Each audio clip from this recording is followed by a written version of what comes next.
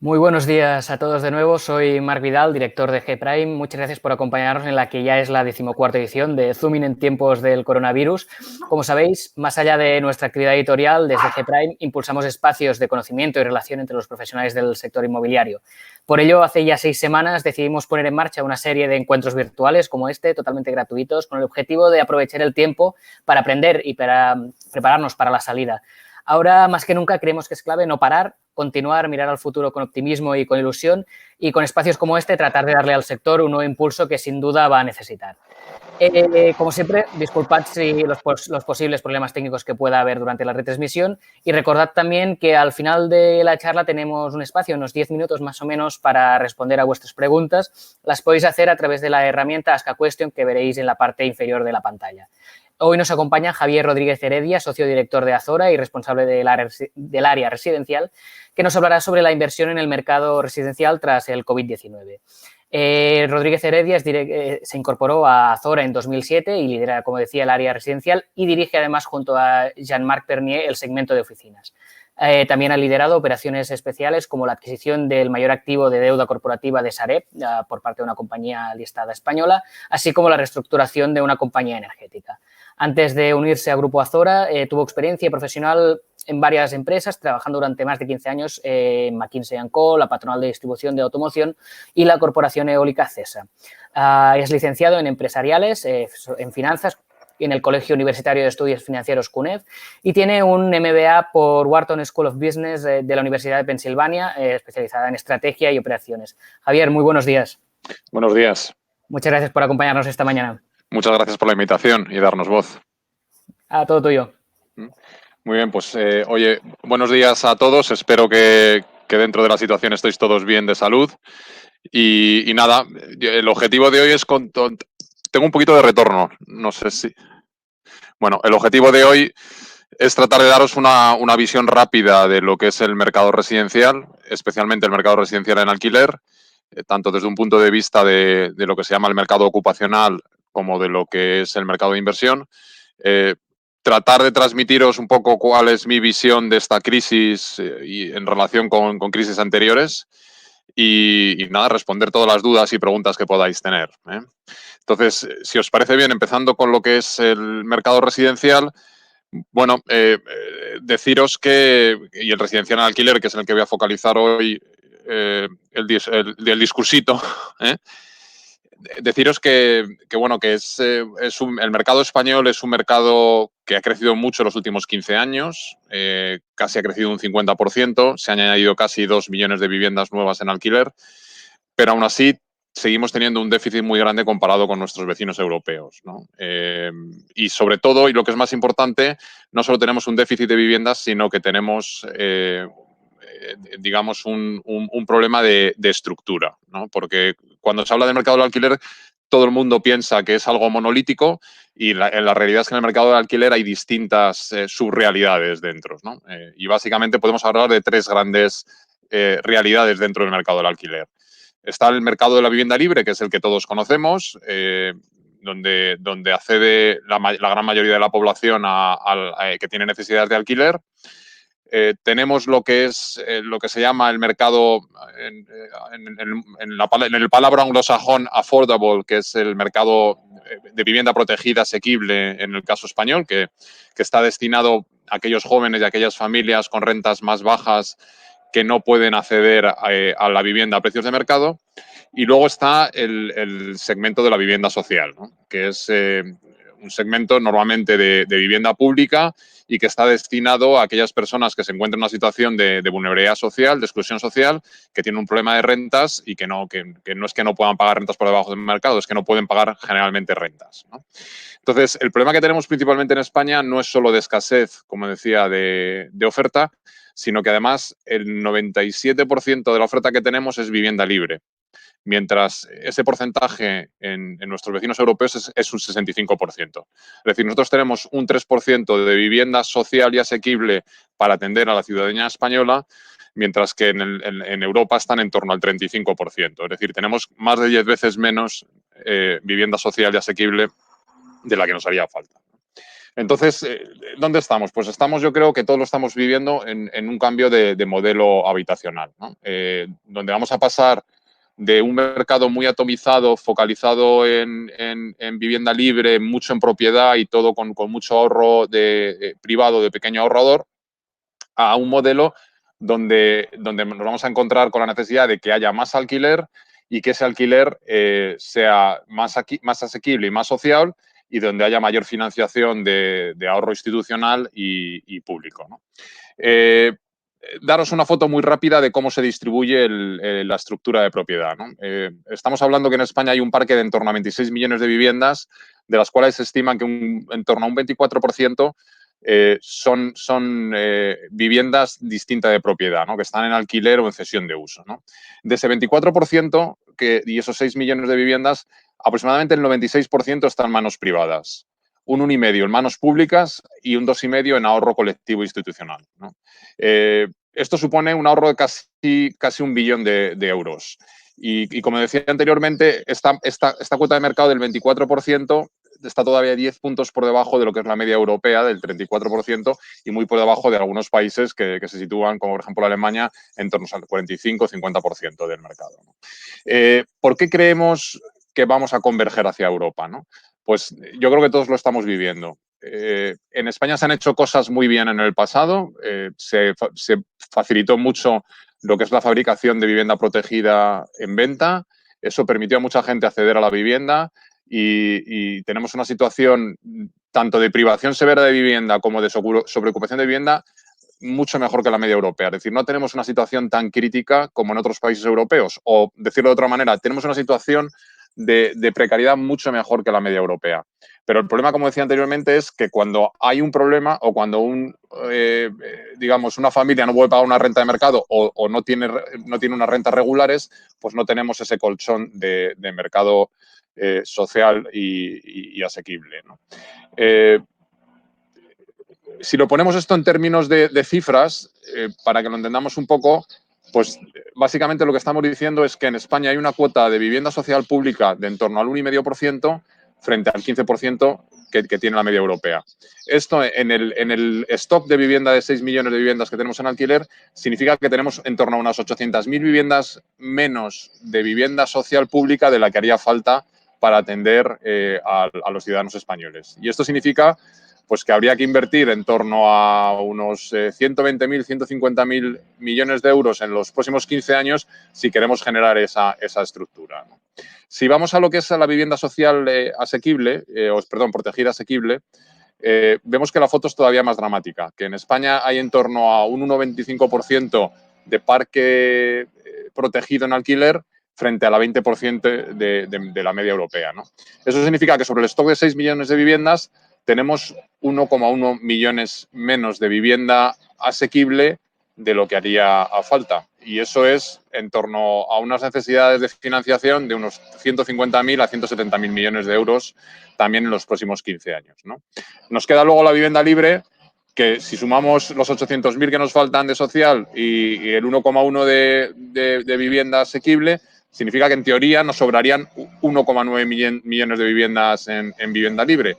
Digo en teoría porque ese 1,9 millones de viviendas están siendo utilizadas de forma muy intensa, pero el problema es que están siendo utilizadas por gente que tenía que estar en vivienda social y vivienda asequible. Y eso hace que las tasas de esfuerzo que se utilizan tanto en España para decir que tenemos un problema de vivienda sean tan altas. Y son tan altas porque falta esa vivienda social y esa vivienda asequible, ¿no?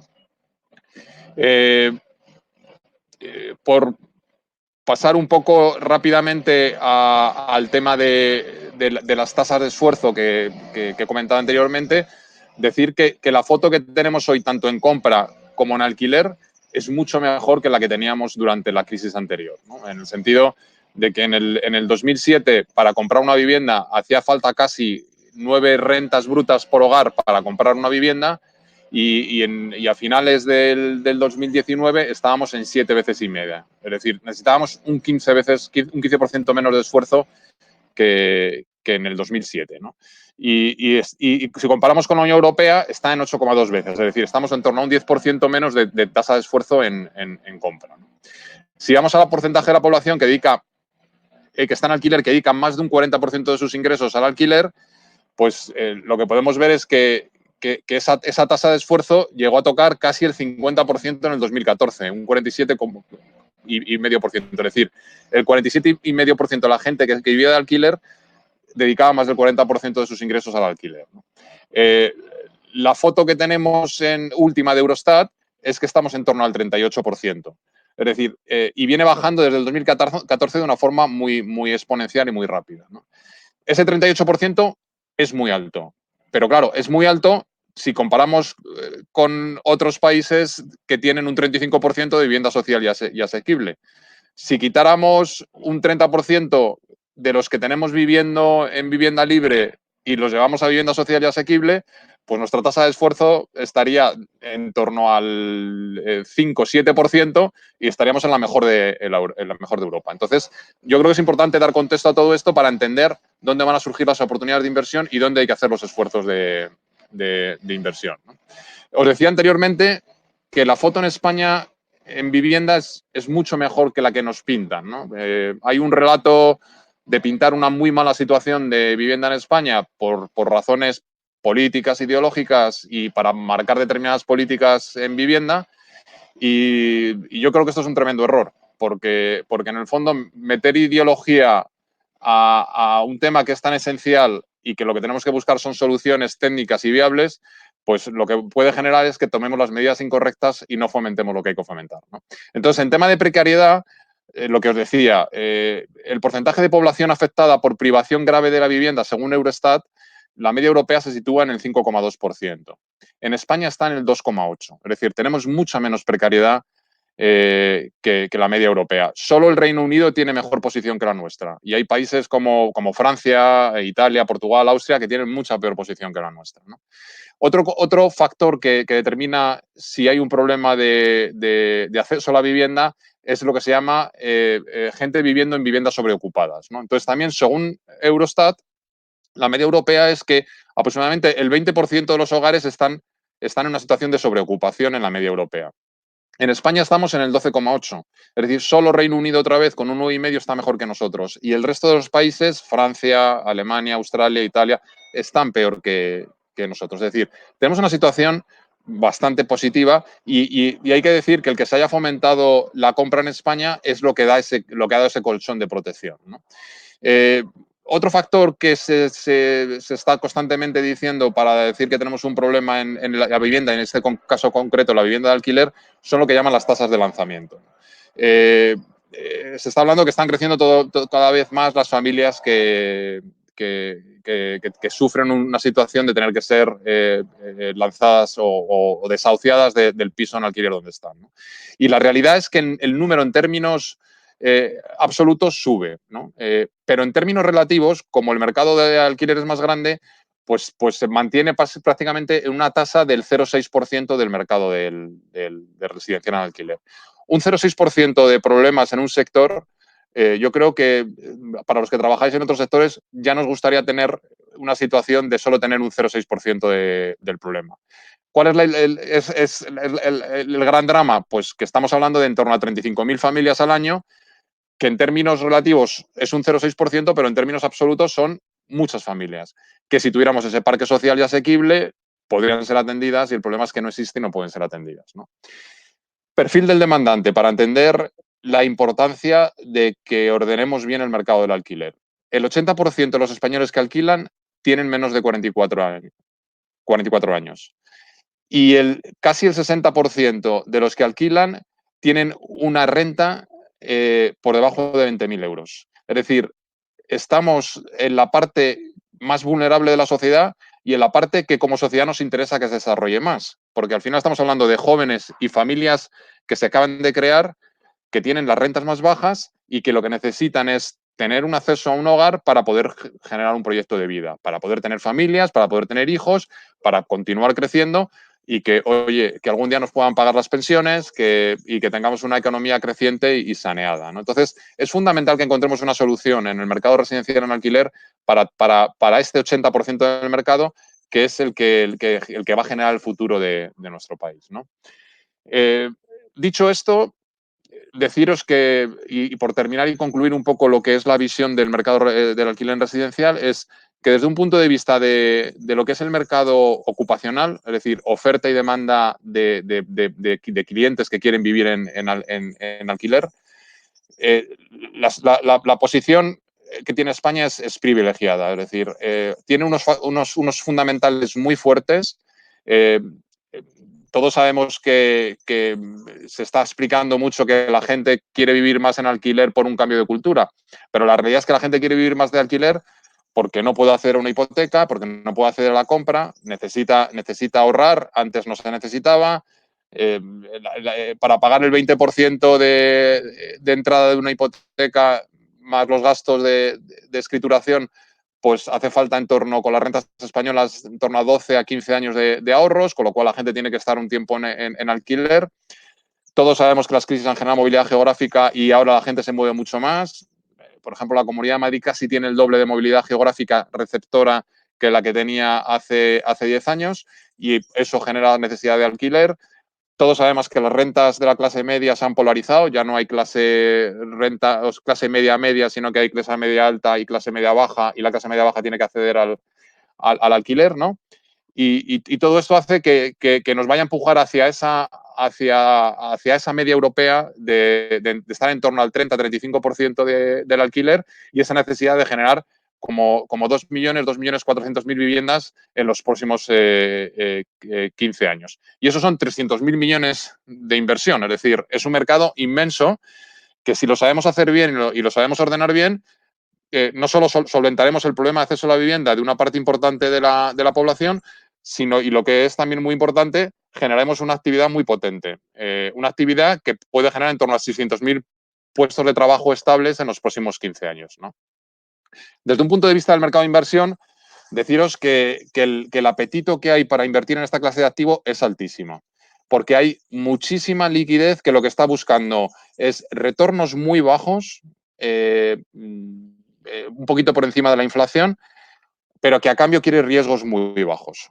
Y la vivienda residencial en alquiler en general lo cumple, porque tienes una demanda muy fuerte, es un perfil de clientes muy atomizado que te permite rotaciones muy suaves, muy estables, ocupaciones altas, y te genera unas rentas bastante estables. ¿Qué nos hace falta en la otra parte de la ecuación también? Seguridad jurídica. Y en aquellas zonas y países donde se dé mayor seguridad jurídica a la práctica del alquiler es donde acudirá mayor ahorro a financiarlo. Pero el apetito es alto, ¿no? Quizás por concluir, hablar un poco de lo que es el momento, ¿no? Dices, en todo esto, ¿y el momento va a acudir la inversión a financiar? Bueno, es verdad que ahora mismo estamos en un momento de muchísima incertidumbre, ¿no? Quizás tenemos una crisis muy reciente de la que estábamos recientemente saliendo, que es la del 2007, y tenemos esta crisis de 2020, y debemos ponerlas en contexto una y otras para entender si existe oportunidad en el mercado residencial, ¿no? Por mencionar a un autor norteamericano de origen libanés, a Nassim Taleb, que ha hecho un ensayo filosófico sobre la incertidumbre que ha llamado Incerto, y me imagino que alguno habréis leído algún libro. El más famoso es el de Cisne Negro, pero está Skin in the Game, está Antifrágil, explica todo el tema de las incertidumbres de estas situaciones. Pues tomando la palabra de Cisne Negro, en el 2007 el Cisne Negro fueron dos factores, que principalmente eran la deuda y una crisis de oferta, ¿no? Estos factores eran factores endógenos al sector inmobiliario y al sector financiero, que estaban muy afectados, ¿no? Había un exceso de deuda brutal, se había concedido deuda a gente sin capacidad de pago, se habían sobreapalancado activos, en el concreto del residencial se habían apalancado activos que no tenían capacidad de generar rentas, como son los suelos, y luego había una sobreoferta en residencial espectacular. Estamos hablando que llegamos a tocar 850.000 viviendas en España, ¿no? Eso produjo una caída muy prolongada, que la recuperación también fuera prolongada, y bueno, y había también un problema de deuda generalizada en las familias y en las empresas, de deuda privada, que luego terminó derivando en deuda pública cuando rescataron o se dedicó el dinero de las instituciones a rescatar el sector financiero, ¿no? ¿Cuál es la diferencia con la crisis que vivimos ahora? Bueno, la principal diferencia es que el cisne negro ahora es exógeno, es una crisis sanitaria. El sector inmobiliario y financiero no ha generado la crisis, está mucho mejor preparado, le va a afectar de forma más coyuntural, le va a afectar de forma más desigual por clase de activo, porque al final lo que hemos tenido es una parada de la actividad asimétrica, artificial, y no afecta por igual a todos, y esto lo entendemos rápidamente, que no es lo mismo tener un bar que tener un piso. El bar no se puede usar y el piso hay que usarlo el doble, ¿no? Pilla tanto a las empresas inmobiliarias como a los bancos con estructuras más equilibradas y con menos exposición. Y ahora no tenemos una crisis de oferta. Lo que nos vamos a encontrar probablemente es con una crisis de demanda generada por el desempleo, por la parada de actividad, ¿no? Eso afecta a la capacidad de pago de los clientes y eso lo que provoca, al ser una parada tan artificial, es que en vez de ser una caída prolongada y profunda, pues es que tengamos una caída profunda pero muy rápida, ¿no? La recuperación, pues eso es donde ponemos el interrogante, que si queréis luego hablamos más. La deuda privada está a niveles más aceptables, la deuda pública, sin embargo, en el caso español además nos pilla muy mal y con poca capacidad de reacción. Y el rescate público ahora debe orientarse a empresas y consumidores más que al sector financiero. Muchas gracias, Javier, por la charla. Ha sido realmente interesante contar con tu voz esta mañana. Perdonad porque es que tengo muchísimo retorno, entonces me cuesta hablar oyéndome. Ostras, No sé si pues podéis. se te oye muy bien, ¿eh? Debe ser... Sí, sí. Mi voz no te molesta, ¿no? ¿Por eso? No. Vale, perfecto. Si no, quítate los auriculares y se solucionará cuando hables. Tenemos varias preguntas de las personas que nos acompañan esta mañana. Por ejemplo, Iria pregunta si crees que esta crisis provocará un aumento en la demanda del alquiler de gente que es expulsada del mercado de compraventa, por lo que decías, que no puede permitirse la entrada o que no tiene la capacidad de ahorro que necesita comprar un piso. Yo creo firmemente, y esto es lamentable, ¿no? Pero las crisis aceleran los fundamentales del alquiler y la aceleran por múltiples razones, ¿no? La primera, la expuesta. La gente va a tardar más en poder acceder a la compra y eso pues va a provocar que tenga que estar más tiempo en alquiler. También yo creo que ese es el principal factor, ¿no? Ya teníamos unos fundamentales de demanda muy fuertes y ahora se van a acelerar por ese motivo, porque va a haber más gente entrando y menos gente saliendo, ¿no? Entonces yo creo que ese es el principal factor y claramente se va a acelerar. También puede que acelere la profesionalización del sector del alquiler, que hasta ahora creo que es más del 95% desde particulares. Bueno, yo creo que hay particulares que gestionan profesionalmente lo que hacen, ¿eh? O sea, me refería a empresas. Yo lo que sí creo es lo que he comentado, es decir, hasta ahora hemos podido funcionar con el ahorro privado tirando del carro. Pero yo creo que eso no es posible más, porque tenemos una parte de la población y la crisis genera más porque polariza más las rentas que no puede acceder a la propiedad y que no puede pagar rentas de mercado. Entonces, de esos 2 millones que hay que fabricar para acercarnos a la media europea, deberíamos fabricarlos en el 80% como vivienda pública social y como vivienda asequible. Como vivienda pública social sabemos que no hay fondos, con lo cual ahí habrá que hacer una colaboración público-privada. Y como vivienda protegida asequible, sabemos que el ahorro privado individual no puede acudir a comprar bloques de edificios protegidos y hacerlo, ¿no? Entonces, necesariamente el ahorro colectivo tiene que entrar con fuerza y tiene que favorecer la creación de este tipo de activos. Y para eso, pues hará falta un gran pacto sectorial de amplio consenso de partidos políticos, de las 3 administraciones, central, autonómica y municipal, del sector en sí, y crear la seguridad jurídica que haga viable que acuda a financiación a hacerlo. Y digo, el volumen es muy grande, porque estamos hablando casi de 300.000 millones en 15 años, que es en torno a un 1,5-2% del PIB anual. O sea que sí va a tener que profesionalizarse en el concepto de que tenga que acudir más a ahorro colectivo institucional, por necesidad de que tenemos que equilibrar la estructura y tenemos que tener una estructura de parque social y parque asequible mucho más equilibrada y parecida a la media europea. Entonces, necesariamente se va a tener que producir. Hablando del pacto público-privado, Alba pregunta ¿qué barreras habría que superar de cara a la administración? A ver, yo creo que la principal barrera que hay que superar es que se deje de pensar en la vivienda como un instrumento para ganar rédito político y hacer política sensacionalista, ¿vale?